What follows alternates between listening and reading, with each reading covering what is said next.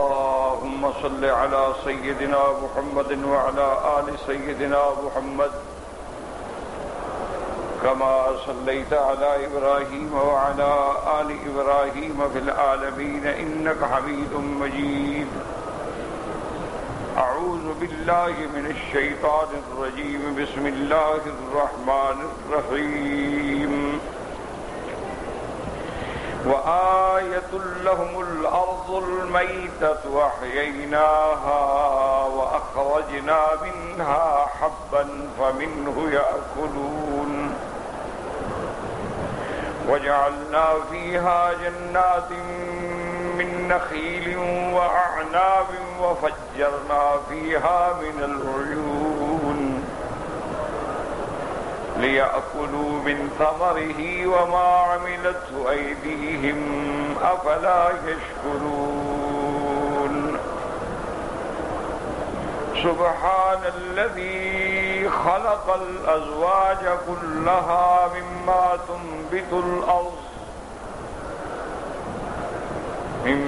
تنبت الأرض ومن أنفسهم ومما لا يعلمون. وآية لهم الليل نسلخ منه النهار فإذا هم مظلمون والشمس تجري لمستقر لها ذلك تقدير العزيز العليم. والقمر قدرناه منازل حتى عاد كالعرجون القديم.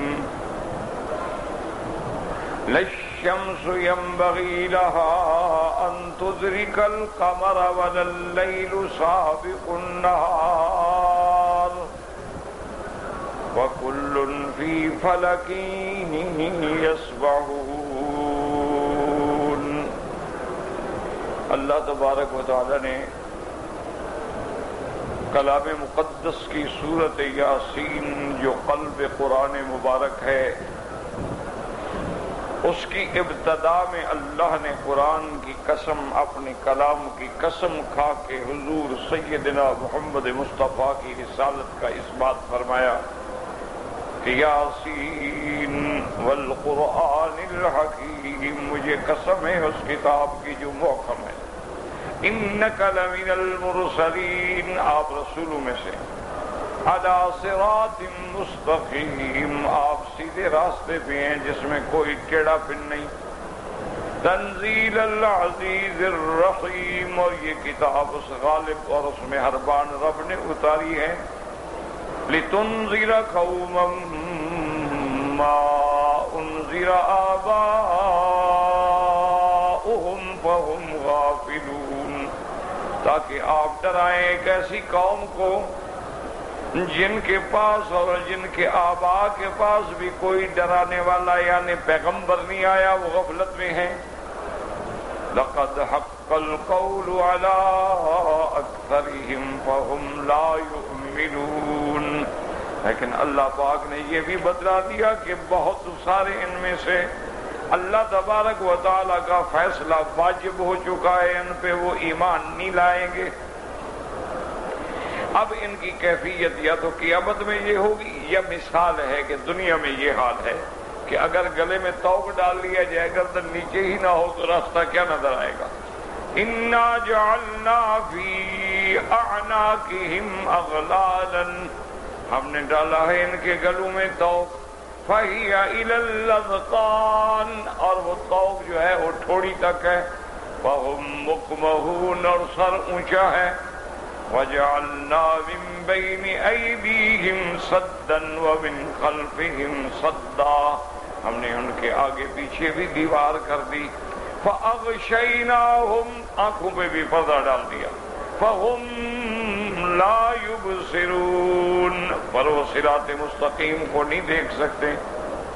وسواء علیہم اانذرتہم ام لم تنذرہم لا یؤمنون. یہ بد نصیب ایسے ہیں میرے مدنی، آپ ان کو ڈرائیں یا نہ ڈرائیں یہ ایمان نہیں لائیں گے. انما تنذر من اتبع الذکر وخشی الرحمن بالغیب، آپ کے ڈرانے کا نفع ان کو ہوگا جو اتباع کریں گے قرآن کی اور بن دیکھے ڈرنے والے ہیں اپنے رب سے۔ فبشرہ بمغفرۃ واجر کریم، آپ ان کو بخشش کی خبر دے دیں کہ جو لغزشیں ہوئی اللہ معاف کر، اور ان کو بہت بڑے واجر کریم، اور بڑا اجر ایسا جو ہر لحاظ سے کریم مانا حسن بھی ہے جمیل بھی ہے۔ انا نحن نحیی الموتى ونکتب ما قدموا وآثارهم، اب اس کے دو ترجمے مفسرین نے کہے تھے کہ ہم زندہ کرتے ہیں مردہ دلوں کو، اور جو کچھ وہ کرتے ہیں آگے بھیجتے ہیں یا پیچھے ہم ان کو لکھ دیتے ہیں، یعنی ہم مردہ دلوں کو زندہ کرتے ہیں، ایمان لے آتے ہیں، اعمال صالحہ جو کرتے ہیں وہ بھی محفوظ ہیں، اور جو اعمال صالحہ انہوں نے چھوڑے ہیں وہ بھی محفوظ ہیں۔ یا معنی یہ ہوتا ہے انا نحن نحیی الموتى، ہم زندہ کرتے ہیں مردہ دلوں کو، اور وہ جو نیکی کے لیے قدم اٹھاتے ہیں وہ ہر قدم ہم لکھتے ہیں، اس پہ اجر دیتے ہیں۔ وَنَكْتُبُ مَا قَدَّمُوا، جو عمل کرتے ہیں، وَآثَارَهُمْ، آثار مانا ان کے خطا، ان کے پاؤں کے نشان۔ وَكُلَّ شَيْءٍ أَحْصَيْنَاهُ فِي إِمَامٍ مُبِينٍ، اور ہر چیز کو ہم نے محفوظ کر دیا اس کتاب میں جو سب سے اہم کتاب ہے۔ امام مبین سے مراد جو ہے وہ کتاب ہے جو لوح محفوظ میں ہے، جس میں اللہ تبارک و تعالی نے ہر چیز جو ہے وہ لکھ دی ہے، اور اس سے کوئی چیز جو ہے وہ باہر نہیں ہے۔ یعنی جو کچھ کائنات میں ہے مکتوب فی کتاب، لکھا ہوا ہے، مستور مضبوط فی لوح محفوظ، تو امام کا معنی کتاب بھی ہے۔ اسی طرح قرآن کہتا ہے یوم ندعو کل اناس بامامہم، اور جس دن ہم پکاریں گے ہر آدمی کو اس کے نام عمل کے ساتھ۔ اب اللہ نے ایک مثال دی، فرمایا میرا محبوب آپ مکے والوں کو بتلائیں یہ جو تکذیب پہ اڑے ہوئے ہیں، شرک پہ اڑے ہوئے ہیں، کفر پہ اڑے ہوئے ہیں، ان کو مثال سنائیں، سمجھائیں، شاید ہدایت پا جائیں۔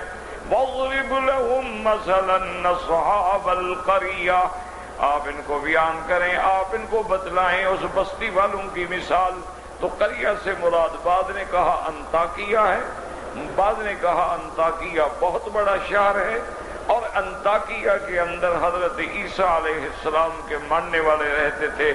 انطاکیہ، قدس، رومیہ اور اسکندریہ، یہ چار بڑے بڑے شہر ہیں جن میں حضرت عیسیٰ علیہ السلام کے پیروکار تھے۔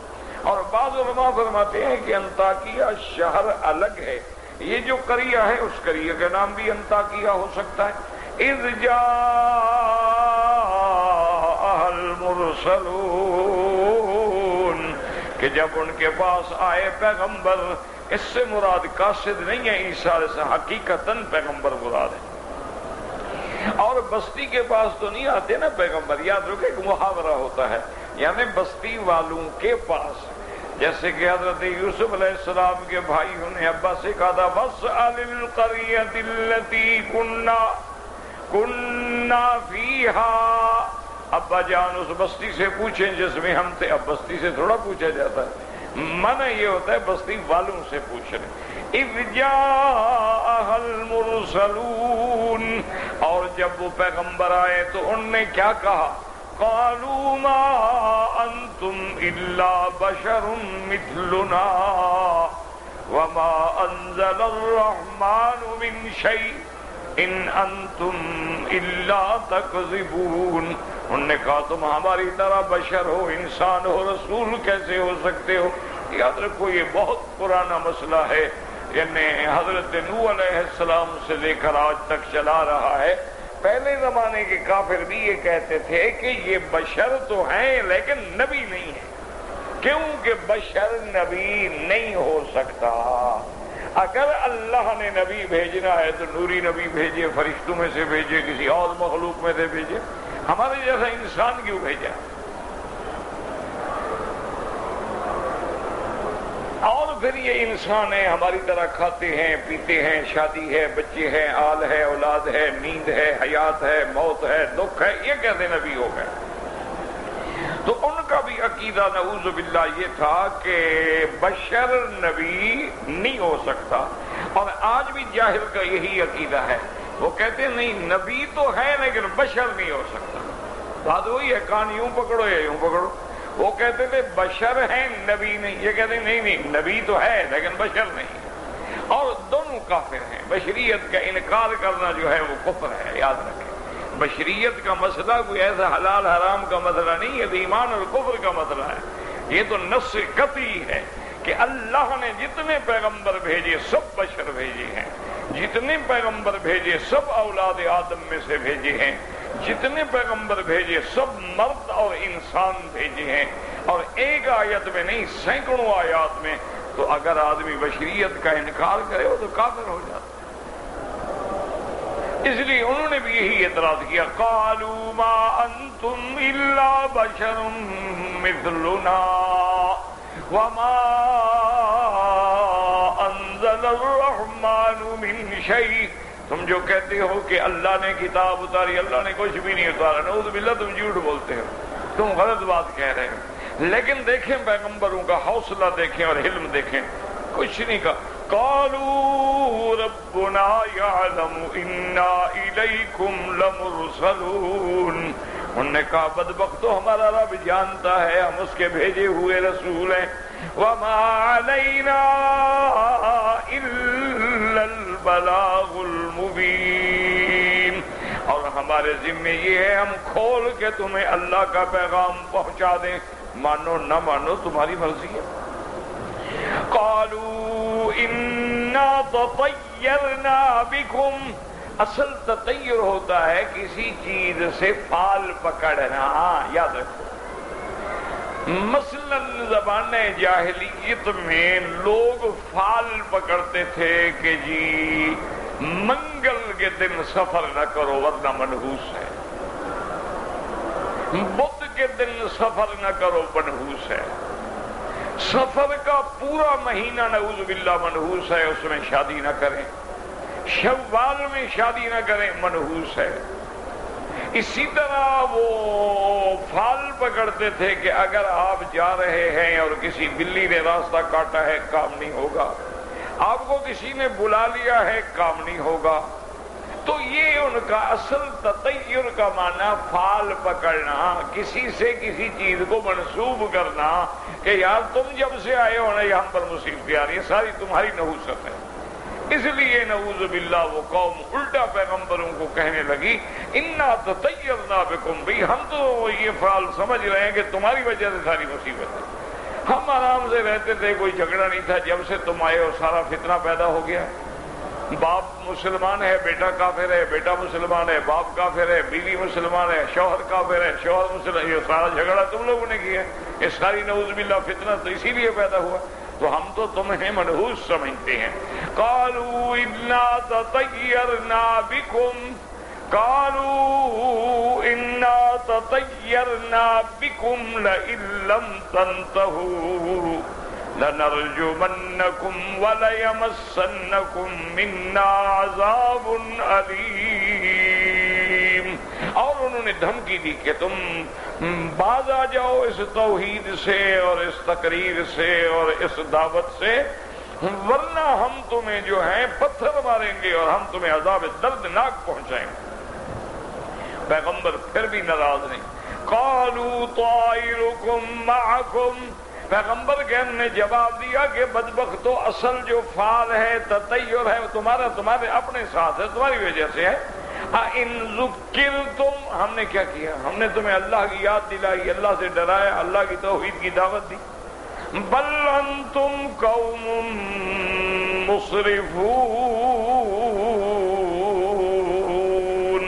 اصل بات یہ ہے کہ تم قوم ہی حد سے نکلنے والی ہو کہ ہم تمہیں سیدھا راستہ دکھاتے ہیں، تم الٹا ہمیں منحوس سمجھتے ہو۔ اب جب یہ حالات ہو رہے تھے انہوں نے پیغمبروں کو نقصان پہنچانے کا فیصلہ کیا۔ وَجَاءَ مِنْ أَقْصَى الْمَدِينَةِ رَجُلٌ يَسْعَىٰ قَالَ يَا قَوْمِ اتبعوا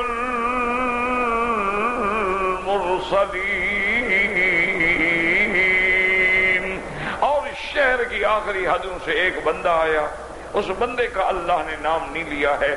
یاد رکھو قرآن غیر ضروری چیزوں کا نام نہیں لیتا، کہ نام لیتا کہ کون تھا، کیا نام تھا، باپ کا نام کیا تھا. کوئی تاریخی کتاب تھوڑی ہے. اللہ کا قرآن تو عبرت دلاتا ہے، موعظہ ہے، ذکرہ ہے، ہدن ہے، رحمہ ہے. ایک آدمی آیا اور اس نے آ کے کہا کہ کیا کر رہے ہو؟ قال یا قوم اتبعوا المرسلین، اے قوم رسولوں کی اتباع کرو. اتبعوا من لا يسألكم اجرا وهم مهتدون، اور ان کی اتباع کرو جو تم سے کچھ نہیں چاہتے، کوئی بدلہ نہیں چاہتے، کوئی پیسہ نہیں مانگتے، کوئی عہدہ نہیں مانگتے، کوئی ووٹ نہیں مانگتے، اور ہیں بھی وہ ہدایت پر. تو انہیں کیا لالچ ہے کہ وہ جھوٹ بولے؟ جھوٹ آدمی بولتا ہے جب لالچ ہو، جھوٹ آدمی بولتا ہے جب ذاتی غرض ہو. ان کو تو کوئی غرض ہے ہی نہیں. وَمَا لِيَ لَا أَعْبُدُ الَّذِي فَطَرَنِي وَإِلَيْهِ تُرْجَعُونَ، اور مجھے کیا ہو گیا، میں اس کی کیوں نہ عبادت کروں، یعنی میں اس کی عبادت کیوں نہ کروں جس نے مجھے پیدا کیا اور جس کی طرف میں نے لوٹ کے جانا ہے، اس کو چھوڑ کے میں ان غیروں کو پوجوں. أَأَتَّخِذُ مِن دُونِهِ آلِهَةً، میں اس خدا بند قدوس، اس خالق مالک کو چھوڑ کے ان کو معبود بناؤں، ان کو حاجت روا مشکل کشا سمجھوں. اگر میرا اللہ مجھے تکلیف دینا چاہے تو یہ کیا کریں گے؟ إِن يُرِدْنِ الرَّحْمَنُ بِضُرٍّ لَا تُغْنِ عَنِّي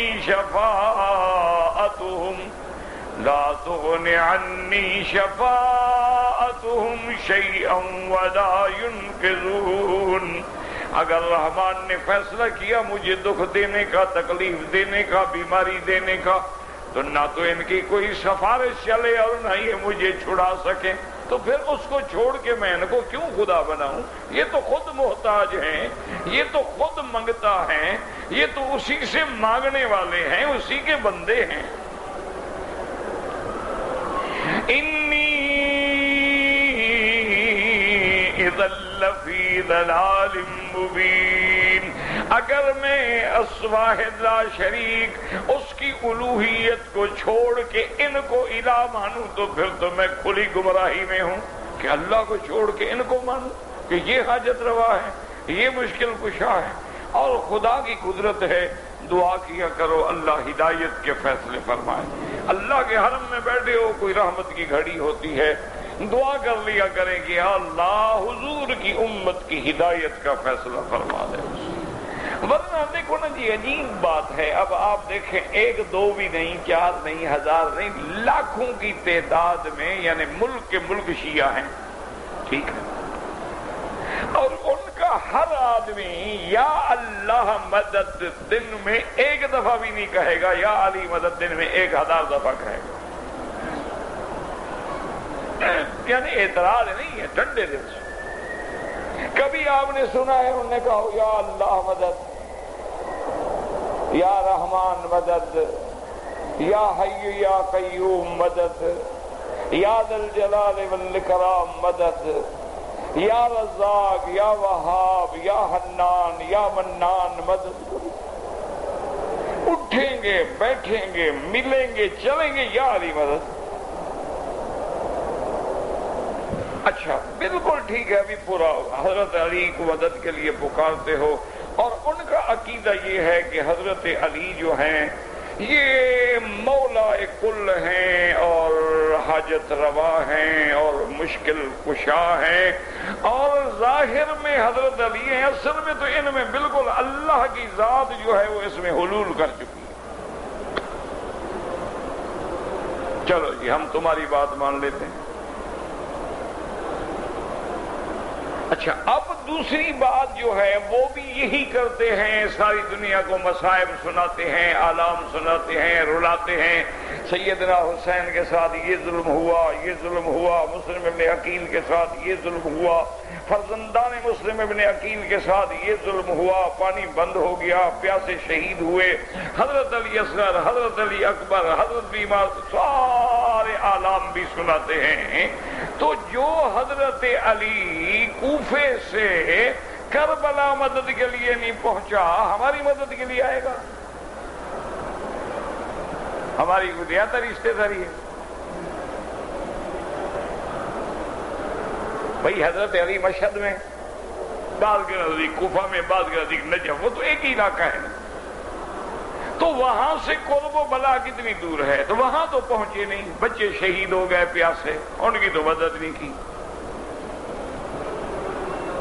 اور ہماری مدد کے لیے آ جائیں گے؟ کیوں بھائی؟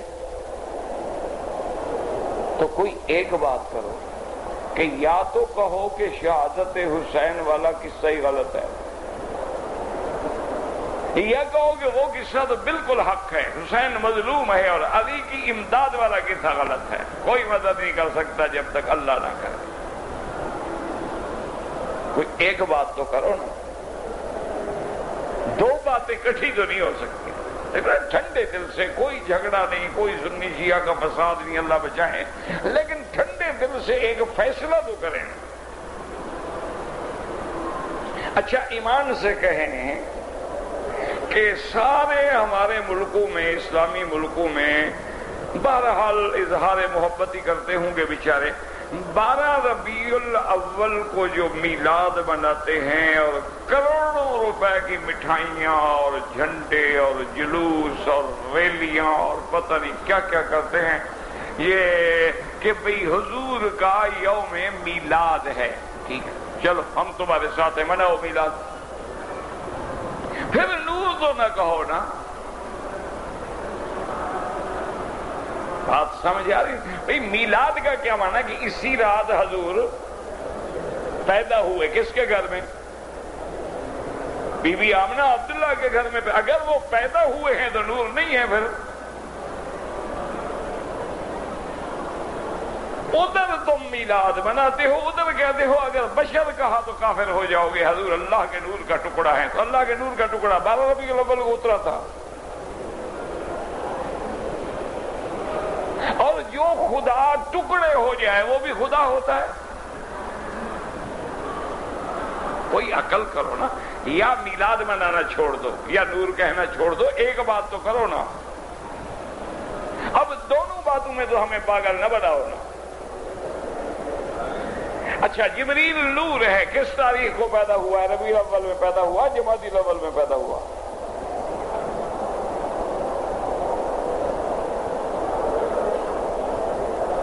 اللہ کا قرآن نور ہے، تو اللہ نے کس دن اس کو لوح محفوظ میں رکھا ہے؟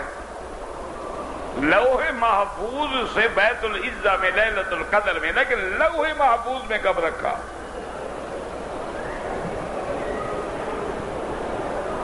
تو بھائی دو باتیں تو نہ کرو نا، یہ تو نہ کہو نا کہ رات بھی ہے اور دن بھی ہے،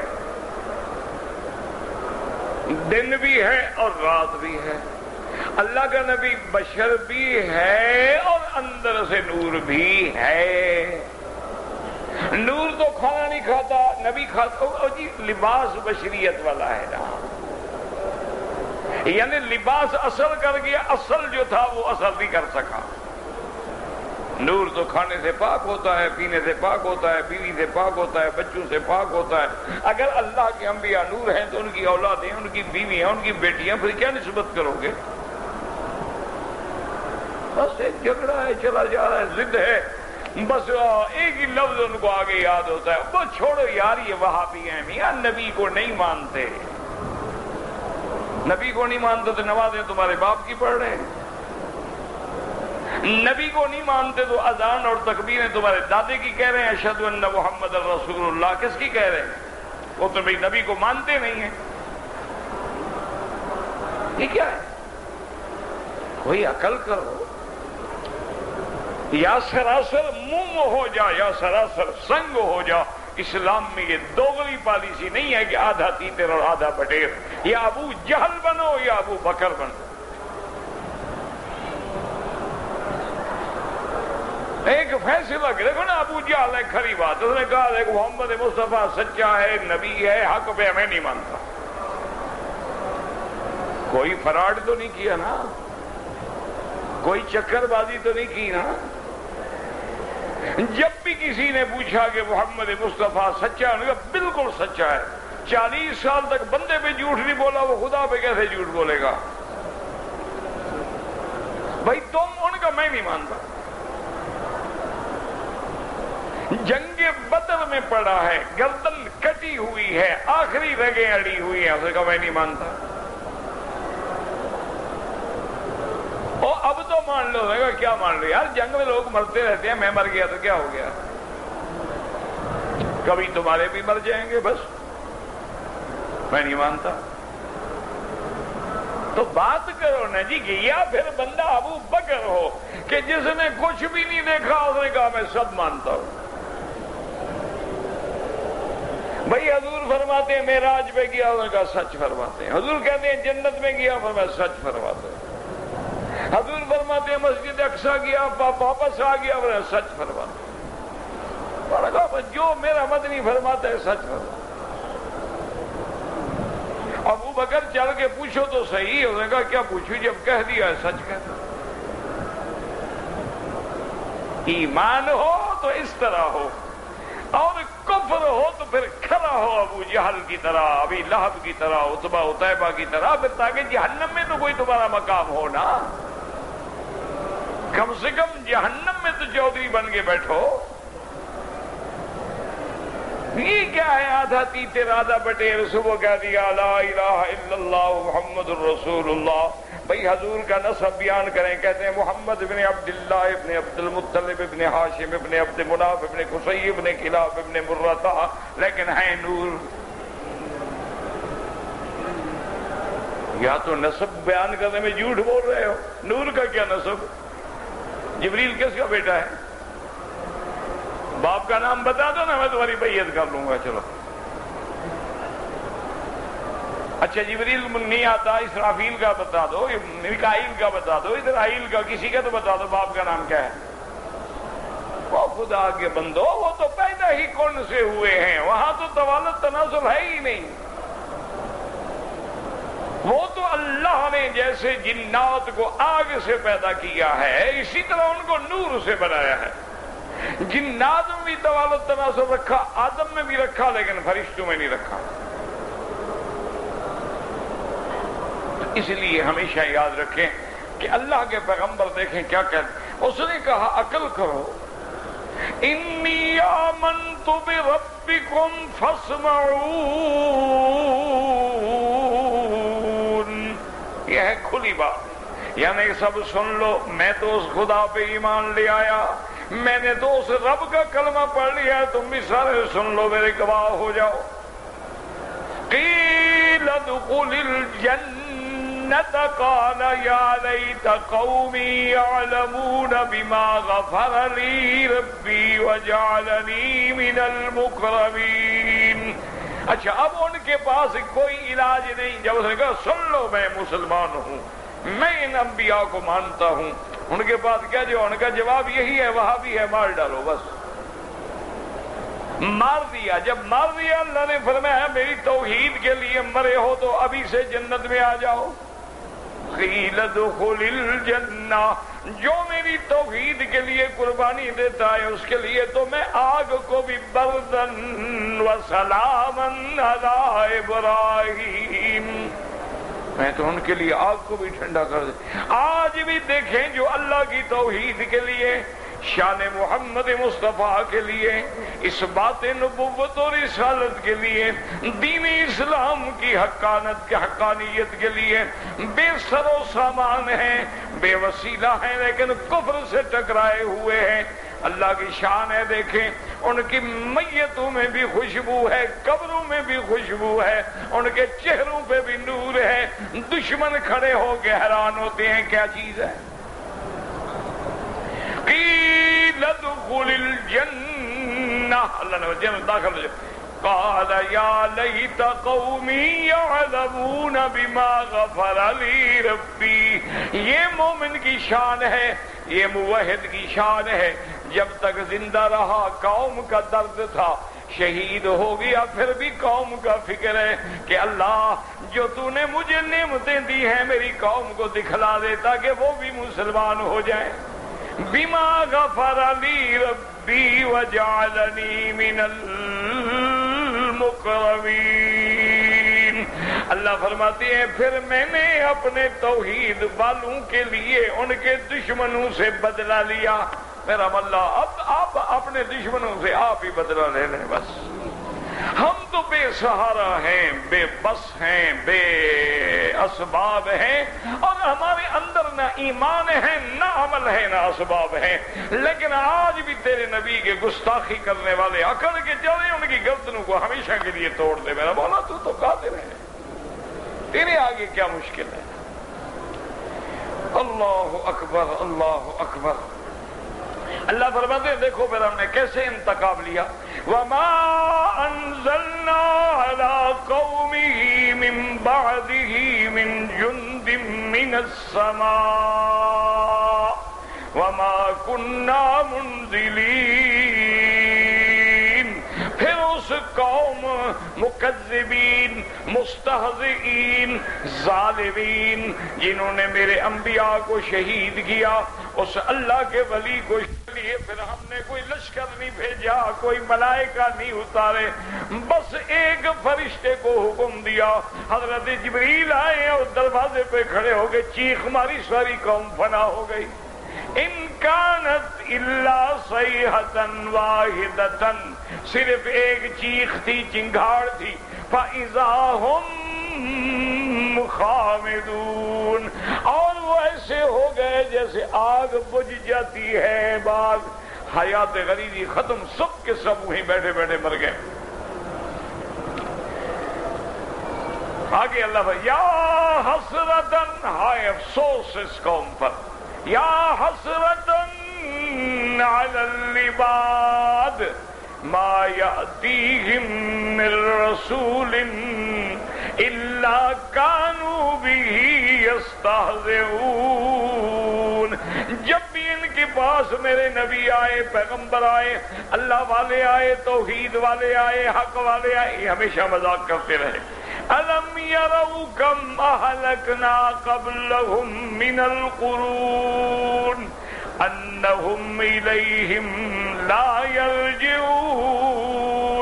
اللہ فرماتا ہے ظالموں، کیا تم نے غور نہیں کیا کہ تم سے پہلے ہم نے کتنی امتیں ہلاک کر ڈالی ہیں جنہوں نے تکذیب کی تھی، اور پھر وہ نہیں لوٹیں گے۔ وَإِن كُلٌّ لَمَّا جَمِيعٌ لَدَيْنَا مُحْضَرُونَ، اور سب کے سب وہ پہلی امتیں بھی اور تم بھی اکٹھے ہو کے اللہ کے دربار میں حاضر ہوگے، اور جب حاضر ہوگے تو نتیجہ کیا ہوگا؟ فَيُجَازِيهِمْ بِأَعْمَالِهِمْ، پھر اللہ تمہیں تمہارے اعمال کے مطابق بدلہ دیں گے۔ مَن يَعْمَلْ مِثْقَالَ ذَرَّةٍ خَيْرًا يَرَهُ وَمَن يَعْمَلْ مِثْقَالَ ذَرَّةٍ شَرًّا يَرَهُ۔ اگر ذرا بھلائی کی ہوگی بدلہ ملے گا۔ اب اللہ پاک دلائل دیتے ہیں جو آج کا سبق ہم نے پڑھا ہے۔ میں نے الحمدللہ سورت کو خلاصہ تھوڑا تھوڑا دہرا دیا ہے کہ سورت یاسین اکثر مسلمان پڑھتے ہیں تو چلو کچھ نہ کچھ ترجمہ سمجھ آ جائے، تاکہ جب پڑھنے بیٹھے تو پتہ تو لگے نا ہم کیا پڑھ رہے ہیں۔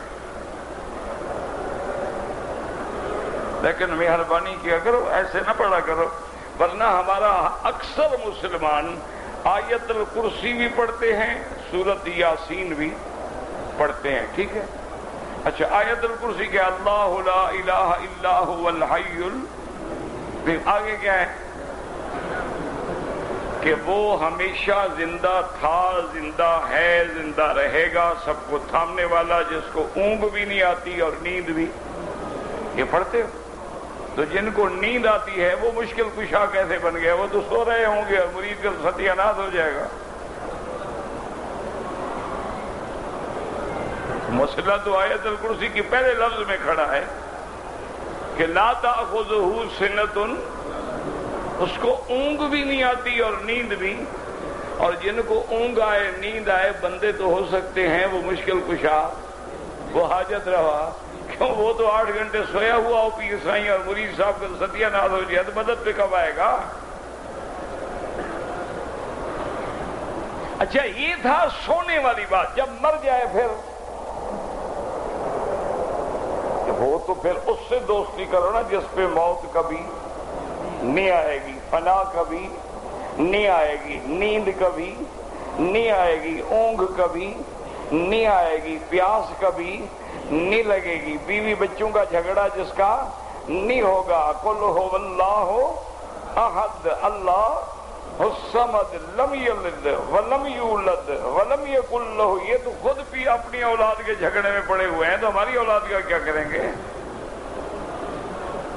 ان کی تو اپنی اولادیں جاہل ہو گئی، اولادیں نافرمان ہو گئی، اولادیں بے حیا ہو گئی، ان کو ٹھیک نہ کر سکے، ہمارا کیا کریں گے؟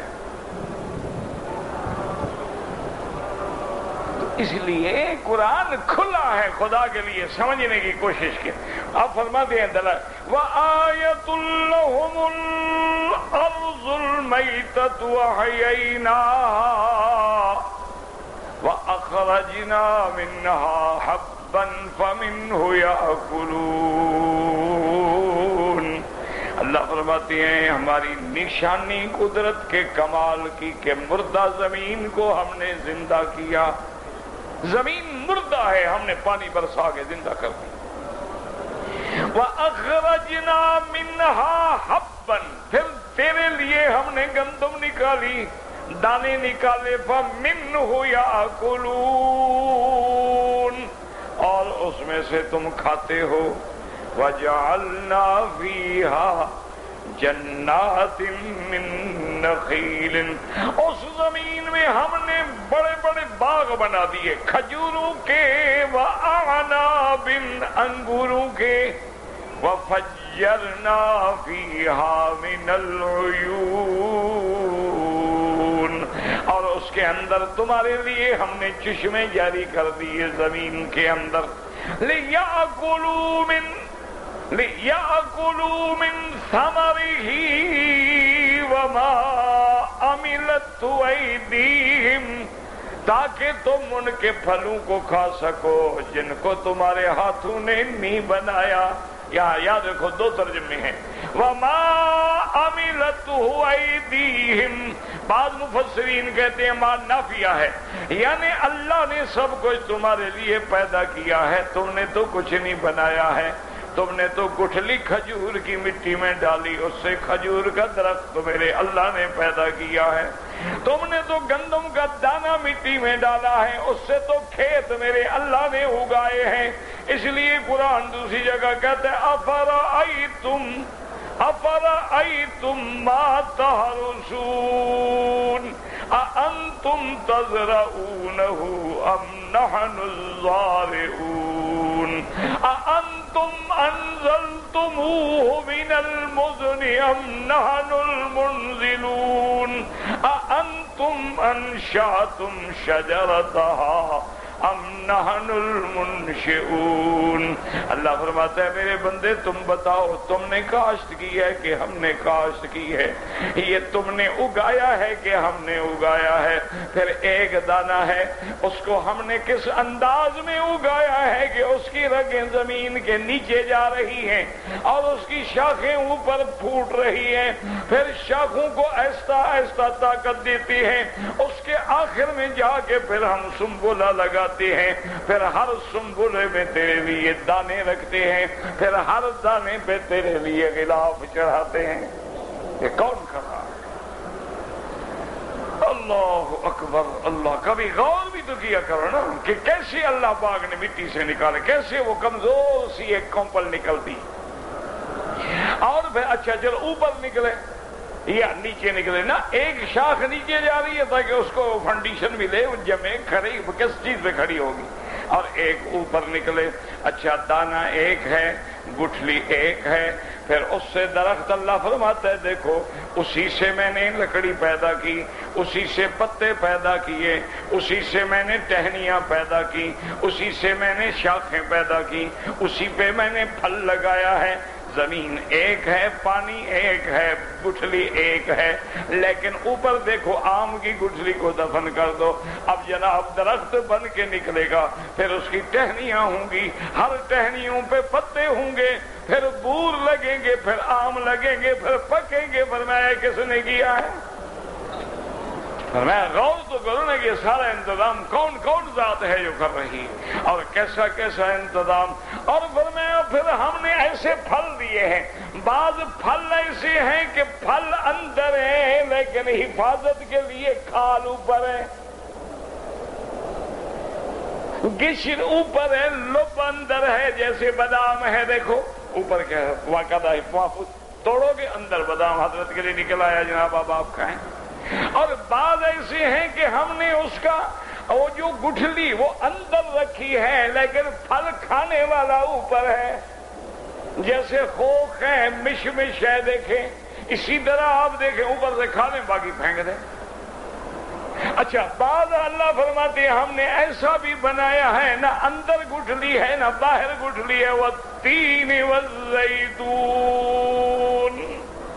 درخت تو ایک ہے، زمین ایک ہے، ہم نے اس سے انجیر پیدا کر دیا ہے، کھا لو، کوئی ضرورت نہیں کہ پہلے توڑو تو اندر سے انجیر نکلے گا۔ اچھا اندر جو بیج ہے وہ بھی کھانے کے قابل ہے، لذیذ ہے، ذائقے دار ہے، وہ بھی کھا لیں، اس کے بھی اپنے اپنے مفادات ہیں۔ تو فرمایا یہ سارا کون کر رہا ہے کہ میں نے تیرے لیے یہ سارا پیدا کیا ہے۔ وَجَعَلْنَا فِيهَا جَنَّاتٍ مِّن نَخِيلٍ وَأَعْنَابٍ، پہلے اللہ نے حب کا ذکر کیا چونکہ ایک روٹی کے بغیر گزارا نہیں ہوتا، اس لیے اللہ نے پہلے دانے کا ذکر کیا ہے۔ پھل تو شوق سے کھائے جاتے ہیں، نہ ملے تو بندہ مر تو نہیں جاتا نا۔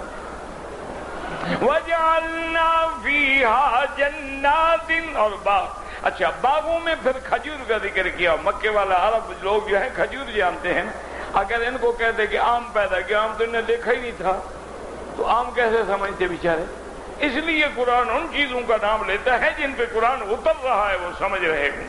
افلا ينظرون الى الابل كيف خلقت، اللہ فرماتا ہے کیا تم نے کبھی اونٹ کی طرف غور نہیں کیا میں نے اس کو کیسے بنایا؟ دیکھو تو صحیح نا، اونٹ تیری کون سی کل سیدھی، دیکھا نہیں کتنا جو اونچا جانور ہے، کتنی لمبی گردن ہے، کتنا بڑا وحشی ہے، کس انداز میں حضرت بیٹھتے ہیں، کس انداز میں اٹھتے ہیں، کسی کی ایک کوہان ہے، کسی کی 2 کوہانیں ہیں، اور 7 سال کا لڑکا اوپر بیٹھ کے مہار ڈال کے نچا رہا ہے، بھگا رہا ہے۔ اللہ فرماتے ہیں کبھی غور کیا کس نے اس کو تیرے تابع کیا ہے؟ اس لیے اللہ نے وہ مثالیں دیتے ہیں، خدا جو سمجھے، عرب جانتے تھے نا کہ کھجور کیا چیز ہے۔ اب بھی اللہ کا شکر ہے کہ سرزمین عرب میں 360 قسم سے بھی زیادہ کی کھجوریں پیدا ہوتی ہیں، اور کھجور ایک ایسی نعمت ہے کہ آج کفر بھی مان گیا، یعنی 1400 سال پہلے میرے آقا نے، محبوب دو عالم نے فرمایا تھا مدینہ منورہ میں ایک کھجور ہوتی ہے اجوا، کہ جو آدمی 7 دانے اجوا کے صبح نہار منہ کھائے گا اللہ اس دن اس کو زہر سے بھی اور جادو سے بھی بچائے گا۔ یہ حضور نے 1400 سال پہلے کہا۔ اب موجودہ سائنس، میڈیکل سائنس نے اعتراف کر لیا ہے کہ جو آدمی 7 دانے کھجور کے نہار منہ کھائے گا 1 سال تک کھاتا رہے، اس پر دنیا کی کوئی زہر اثر ہی نہیں کرتی۔ حضور نے تو 1400 سال پہلے فرمایا تھا، نہ لیبارٹری تھی، نہ اس زمانے میں کوئی تحلیلات کے انتظامات تھے، وہ تو اللہ کے وحی کے مطابق ارشاد فرمایا تھا۔ آج انہوں نے اس بات کو بھی تسلیم کر لیا ہے۔ اسی لیے ایک بہت بڑا ڈاکٹر ہے، اس نے کہا کہ میں نے دیکھا کہ مسلمان کہتے ہیں کہ بھئی کتا منہ مار جائے تو اس کو 7 دفعہ دھوئیں اور 1 دفعہ مٹی سے صاف کریں۔ وہ کہنے لگا کمال ہے یار، کتے کے بغیر تو بڑا گزارا نہیں، کیونکہ یورپ میں کفار میں ان کی فیملی جو ہے نا جی، بڑی فیملی جو ہو نا کامیاب وہ یہی ہوتی ہے، ایک خامد، ایک بیوی، ایک بچہ، ایک کتا، سمجھو ان کی فیملی مکمل ہو گئی۔ تو انہوں نے کہا یہ بڑا عجیب مسئلہ ہے، یعنی ہر چیز کو 3 دفعہ دھو اور کتے کے دھوکہ منہ مار دے تو 7 دفعہ دھو۔ اس نے کہا کہ پھر میں نے ایک برتن رکھا جس میں وہ کتا کھاتا تھا، پیتا تھا، منہ مارتا تھا، اس کو میں نے پھر 1 دفعہ دھویا، پھر دیکھا آلات کے ذریعے سے، میکرو ایکسکوپ سے تو جراثیم موجود تھے، 2 دفعہ دھویا موجود تھے، 3 دفعہ دھویا موجود تھے، 4 دفعہ دھویا موجود تھے، 7 دفعہ دھویا موجود تھے، پھر میں نے مٹی سے رگڑا تب جا کے وہ مر گئے، پھر دیکھا تو کوئی جراثیم نہیں تھا۔ میں نے کہا بھی ان کے نبی کو پتہ نہیں کس نے بتائی بات، یعنی آپ اندازہ کریں مان گئے بدل۔ حتیٰ کہ ابھی جو تحقیق آئی تھی اس نے کہا کہ میں حیران ہوں کہ عام پانی کی میں نے تحلیل کی ہے اور زمزم کی میں نے تحلیل کی ہے، وہ کہتا خدا کی قسم ہے میں حیران ہوں کہ زمزم کی تحلیل ہی الگ ہے، یہ کو پانی ہی نرالا ہے۔ لیکن اگر ہم زمزم میں خود کچھ ڈال دیں تو پھر زمزم کا قصور تو نہیں ہے، پھر ہمارا قصور ہے نا۔ اس لیے یاد رکھو کہ اللہ نے قرآن میں ذکر کیا، پہلے کھجور کا ذکر کیا، کیونکہ عرب تو کھجور کو جانتا ہے نا کہ کھجور کیا ہوتی ہے، کھجور کی قسم جانتا ہے، کھجور کے اچھا پھر کھجور ایک ایسی چیز ہے یاد رکھو کہ حضور نے فرمایا کہ مومن کی مثال ایسے ہے جیسے کھجور۔ اچھا یاد رکھیں دنیا کا ہر درخت جو ہے نیچے سے پانی لیتا ہے، لیکن کھجور اوپر سے پانی لیتی ہے۔ بندہ بھی اوپر سے پیتا ہے، نیچے سے پیتے ہو؟ بندہ بھی پانی اوپر سے پیتا ہے اور کھجور بھی پانی۔ اچھا بندے کا ہاتھ کٹ جائے زندہ رہے گا، ٹانگ کٹ جائے زندہ رہے گا، گردن کٹ جائے، اگر کھجور کی سائیڈیں کاٹ ڈالیں زندہ رہے گی، گردن کاٹ دو تو کھجور بالکل۔ اس لیے اللہ نے قرآن میں کئی مقام پہ نخیل کا ذکر کیا۔ اچھا کھجور میں کوئی ایسی چیز نہیں ہے جس سے فائدہ نہ ہو، اس کا پھل کھایا جاتا ہے، کچا کھاتے ہیں، پکا کھاتے ہیں، تمر کھاتے ہیں، بسر کھاتے ہیں، بلو کھاتے ہیں، رطب کھاتے ہیں، اس کے بعد جناب اس کے پتے کام آتے ہیں، لکڑی اس کی کام آتی ہے، حتیٰ کہ اس کی گٹھلی کام آتی ہے۔ اچھا پہلے تو گٹھلیاں جانور کھاتے تھے نا، اب تو نئی تحقیق آ گئی ہے باقاعدہ کہ اگر آپ اجوا کھجور کی گٹھلی لے کر اس کو مشین میں گرائنڈ کر کے جو پاؤڈر بنا ڈالیں، معجون بنا لیں، تو دل کے مریضوں کا اس سے بہتر علاج دنیا میں پیدا ہی نہیں ہوا۔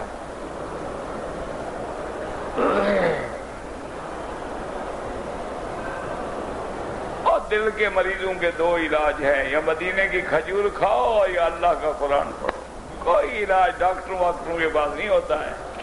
الا بذکر اللہ تطمئن القرآن ہے نا۔ اس لیے فرماتے ہیں وَجَعَلْنَا فِيهَا جَنَّاتٍ مِّن نَخِيلٍ وَأَعْنَابٍ۔ اعناب کیا؟ انگور۔ اچھا یاد رکھیں انگور ایک ایسا پھل ہے، ہر چیز کھانے کے بعد فضلہ بنتا ہے، انگور ایسی چیز ہے جس کا فضلہ ہی نہیں بنتا۔ وَجَعَلْنَا فِيهَا جَنَّاتٍ باغات مِن نَخِيلٍ کھجوروں کے، وَأَعْنَابٍ اور انگوروں کے، وَفَجَّرْنَا فِيهَا مِنَ الْعُيُونِ اور پھر ہم نے زمین سے تیرے لیے چشمے نکالے، کیوں؟ لِيَأْكُلُوا مِن ثَمَرِهِ وَمَا عَمِلَتْهُ أَيْدِيهِمْ جن کو نہیں بنایا تیرے ہاتھوں نے، ایک ترجمہ یہ ہے، اور ایک ترجمہ یہ ہے کہ ماں نافیہ نہیں ماں موصولہ ہے، یعنی الذی عملتہ ایدیہم۔ اللہ نے فرمایا کہ مہنتا کے پھل کھاؤ اور جو تم اپنے ہاتھوں سے بناؤ۔ کیا مانا؟ ہر چیز ہر جانور مفرد کھاتا ہے، بعض جانور گوشت کھاتا ہے، بعض گھاس کھاتا ہے، بعض مچھلی کھاتا ہے۔ یہ میرا بندہ ہے جو ماشاءاللہ سونا اور کشتے بناتا ہے، مرچ بھی ڈال دو، بصل بھی ڈال دو، تھوم بھی ڈال دو، گوشت بھی ڈال دو، حکیم اللہ وسائے کا نسخہ ہو گیا، گوشت تو نہ ہوا نا۔ یہ مرکبات بنانے والا، اچھا اس سے چٹنی بنا لو، اس سے مربع بنا لو، اس سے فلاں بنا لو، اس سے انڈا بنا لو، اس کو آملیٹ بنا لو، اس کو بوائل کر لو، اس کو ہاف بوائل کر لو، اس کو دودھ ڈال کے آملیٹ بنا لو، اس میں بصل ڈال دو۔ اللہ فرمایا جو پھر یہ بھی میں نے تمہیں عقل دی ہے نا، اس کو یوں کرو، اس کو یوں کرو، اور اس کو یوں کرو۔ افلا یشکرون، کیا تم اللہ کی نعمتوں کا شکر نہیں کرتے؟ یہی شکر ہے کہ پھل خدا کا کھاتے ہو، سجدہ قبروں پہ کرتے ہو، یہی شکر کرتے ہو؟ یہ شکر کر رہے ہو نا؟ مولا زمین تیری، آسمان تیرا، ہوا تیری، پانی تیری، سجدہ داتا صاحب پہ۔ آنے دو قبر، فکر نہ کرو، انشاءاللہ پتہ لگ جائے گا، سارا سب ٹھیک ہو جائے گا معاملہ۔ اس دن پھر سمجھ آ جائے گی تمہیں کہ وہاں بھی سچ کہتے تھے یا جھوٹ کہتے تھے۔ اس لیے فرماتی ہیں فلا یشکرون سبحان الذی خلق الازواج کلھا، پاک ہے وہ ذات جس نے ہر چیز کے جوڑے بنائے۔ کیا معنی؟ مرد ہے، عورت ہے، اسی طرح معدنیات کے بھی جوڑے ہیں، درختوں کے بھی جوڑے ہیں، پرندوں کے بھی جوڑے، ہر چیز کے جوڑے۔ ازواج معنی جوڑ، جیسے بیوی بھی زوج، خامد بھی زوج۔ اور بعض فرماتے ازواج معنی انواع، کہ جس نے کتنی اقسام کی چیزیں پیدا کر دی کہ ہم اگر پھول بھی گننا چاہیں نہیں گن سکتے، پھولوں کے رنگ بھی گننا چاہیں تو نہیں گن سکتے ہیں۔ سبحان الذی خلق الازواج کلھا مما تنبت الارض، جو کچھ زمین سے نکلتا ہے اس کی بھی قسمیں ہیں، اس کے بھی جوڑے ہیں۔ وَمِنْ أَنفُسِهِمْ، اور جو تم سے اولادیں پیدا ہوتی ہیں، کبھی لڑکا ہے کبھی لڑکی۔ وَمِمَّا لَا يَعْلَمُونَ، اور ایسی مخلوق جن کو تم ابھی جانتے بھی نہیں ہو، اللہ کی اور کتنی مخلوق پیدا ہوگی۔ تو یہ اس کی کمال قدرت ہے۔ اللہ ہمیں اپنی دین، توحید، عقیدہ سمجھنے کی توفیق دے اور صحیح عقیدے پہ قائم رکھے۔ کہتا ہے جی میں نے وضو کر لیا، بعد میں نے اونٹ کا گوشت کھایا۔ کہاں سے ملا تھا اونٹ کا گوشت آپ کو؟ بہرحال امام احمد بن حنبل رحمۃ اللہ علیہ کے نزدیک اونٹ کے گوشت کھانے سے وضو دوبارہ کرنا ہوگا۔ امام ابو حنیفہ فرماتے ہیں وضو کا معنی لغوی وضو ہے، یعنی کلی کرنے کے دسامت ہے، اس کی چکناہٹ دور ہو جائے۔ یہ ایسے پوچھتے رہتے ہیں نا اس نے گوشت کھایا ہے، تاکہ پتہ نہیں کہ مولوی بیچارہ کیا کرتا ہے۔ مولوی جناب وہی بات کرے گا جو حق ہے۔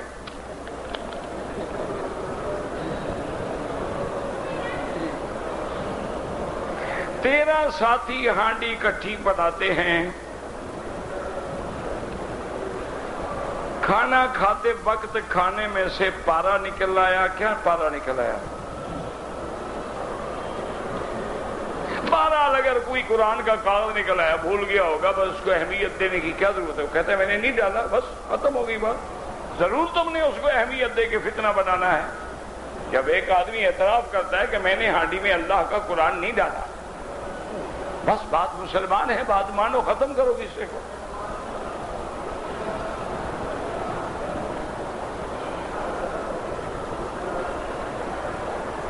جس جگہ قتل ہوئے ہوں اس جگہ مسجد بنائی جا سکتی ہے۔ مسجد تو اللہ کی ہر زمین پہ بنائی جا سکتی ہے، شرط یہ ہے کہ زمین پاک ہو۔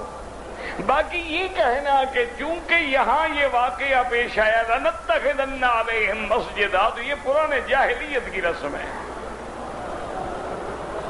یہی اصحاب کہف نے کہا تھا نا کہ ہم بھی مسجد بناتے ہیں، جناب اللہ والے جو ہیں جہاں اللہ والے ہیں مسجد بناؤ، تاکہ خدا کا سجدہ نہ ہو، اللہ والوں کا ہو۔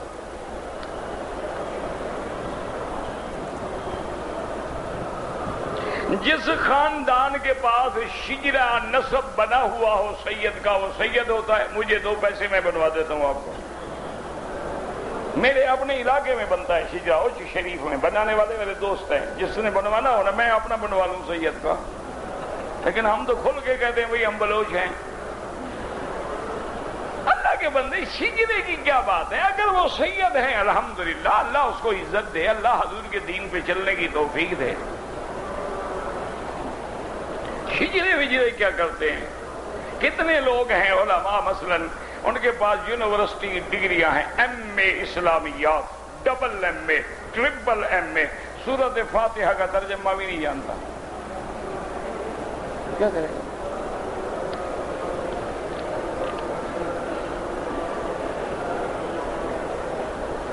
ایک آدمی عمرے کی نیت سے آیا، طواف کیا، صفا نہیں کیا، حلق کرا لیا، اس پر جناب ایک بکری دم پڑ گئی۔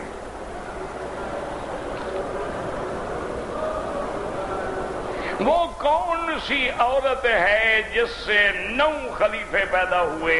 عمر ابن عبد العزیز کی بیوی جو ہے اس سے 9 خلیفے پیدا نہیں ہوئے، 9 خلیفوں کا تعلق تھا، یعنی باپ بھی خلیفہ تھا، شوہر بھی خلیفہ تھا، بھائی بھی خلیفہ تھے، کل 9 خلیفے ان کے گھر میں تھے۔ حضرت عمر ابن عبد العزیز کی بیوی ہے۔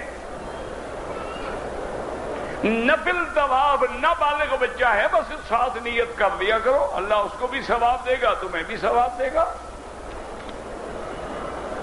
جو مرغیاں کھائی جاتی ہیں جو باہر سے آتی ہیں ان کا کوئی اعتبار نہیں، اگر سعودی عرب کی ذبح شدہ ہے جیسے الوطنی ہے، فقی ہے، وہ حلال ہے۔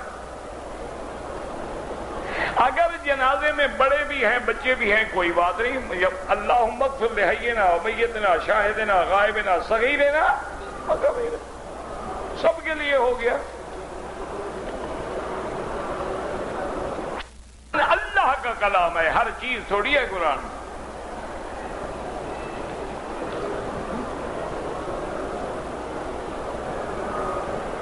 ایک آدمی کی بیوی عمرے پہ آئی، احرام کی حالت میں میاں بیوی نے ملاقات کر لی کہ چلو عمرہ بعد میں ہو جائے گا، بھلے اپنا کام تو کریں نا بیچارے۔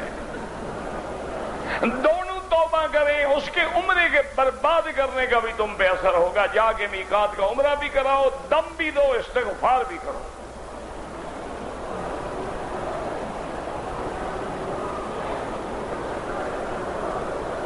اہل حدیث اور اہل سنت سب ایک ہیں، کوئی جھگڑا نہیں۔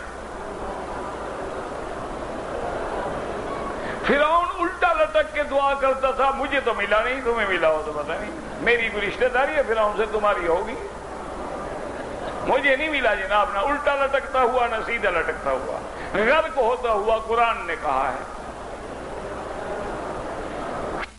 میں رفع یدین کرنے کی احادیثیں بالکل ہیں اور نہ کرنے کی بھی بالکل ہیں، کوئی جھگڑا نہیں، کوئی فرض نہیں، یہ تو اعلیٰ اولا کا مسئلہ ہے۔ حضرت عبداللہ بن مسعود نہیں کرتے تھے، نہ 1400 سال ہو گئے، اب حضور کی امت کو معاف نہیں کر دیتے۔ اور بہت سارے کام ہیں، کفار کا جواب دو، جو قرآن کی توہین کر رہے ہیں ان کو جواب دو، جو سرکار دو عالم کی گستاخی کر رہے ہیں ان کو جواب دو، جو کارٹون بنا رہے ہیں ان کو جواب دو۔ یہ کن مسئلوں میں تم پڑے ہوئے حضور کی امت کو لڑانے کے لیے؟ یہ تو اعلیٰ اولا کا افضل غیر افضل کا مسئلہ ہے، کوئی کفر اسلام کا مسئلہ ہی نہیں ہے۔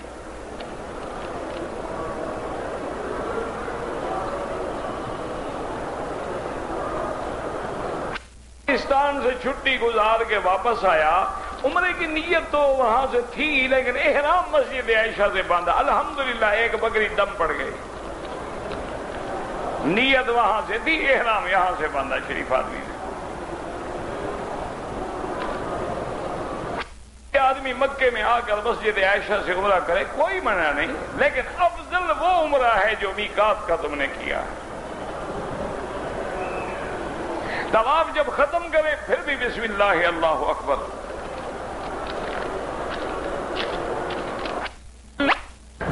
ٹیپ ریکارڈر میں لگا کے ہیڈ فون لگا کے سنا کرو، 8-10 دن سنو، سب چیلیں اڑ جائیں گی۔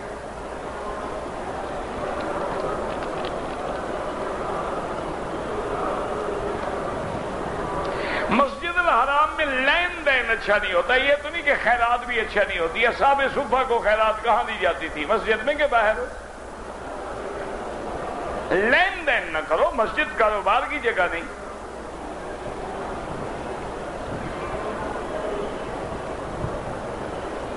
بہرحال اگر آپ حنفی مسلک پہ ہیں تو ظہر ہو یا عصر امام کے پیچھے فاتحہ نہیں پڑھیں گے۔ میں نے اپنا عمرہ مکمل کر کے اپنی بیوی کے بال کاٹے، کوئی حرج نہیں، کوئی مسئلہ نہیں، ٹھیک کیا۔ حضور جب قبلہ تبدیل ہونے کا حکم آیا مدینے میں تھے اللہ کے بندے، مکے میں کیوں تھے؟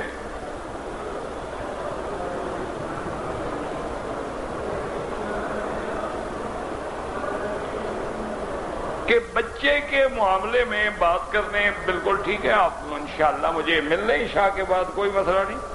ربنا تقبل منا انك انت السميع العليم وتب علينا انك انت التواب الرحيم اللهم فرج هم المهمومين نفس كرب المكروبين واقض الدين عن المدينين واشفنا واشف مرضانا ومرضى المسلمين اللهم انصر الاسلام والمسلمين اللهم انصر المجاهدين في كل مكان اللهم اهلك اعداءك اعداء الدين اللهم انزل عليهم بأسك الذي لا يرد عن القوم المجرمين اللهم احفظ سائر بلاد المسلمين هذا البلد الامين فاجعلها امنا مطمئنا سخاء رخاء الى يوم الدين یا اللہ بیماروں کو شفا عطا فرما، بے حیاؤں کو حیا عطا فرما، یا اللہ بے دینوں کو دین عطا فرما، بے اولادوں کو اولاد عطا فرما، جن کی اولاد ہے ان کو صالح بنا، جن کے گھروں میں بچیاں ہیں ان کے رشتے آسان فرما، یا اللہ ہمیں مانگنا نہیں آتا بغیر مانگے عطا فرما، یا اللہ بلاد اسلامیہ پہ رحم فرما۔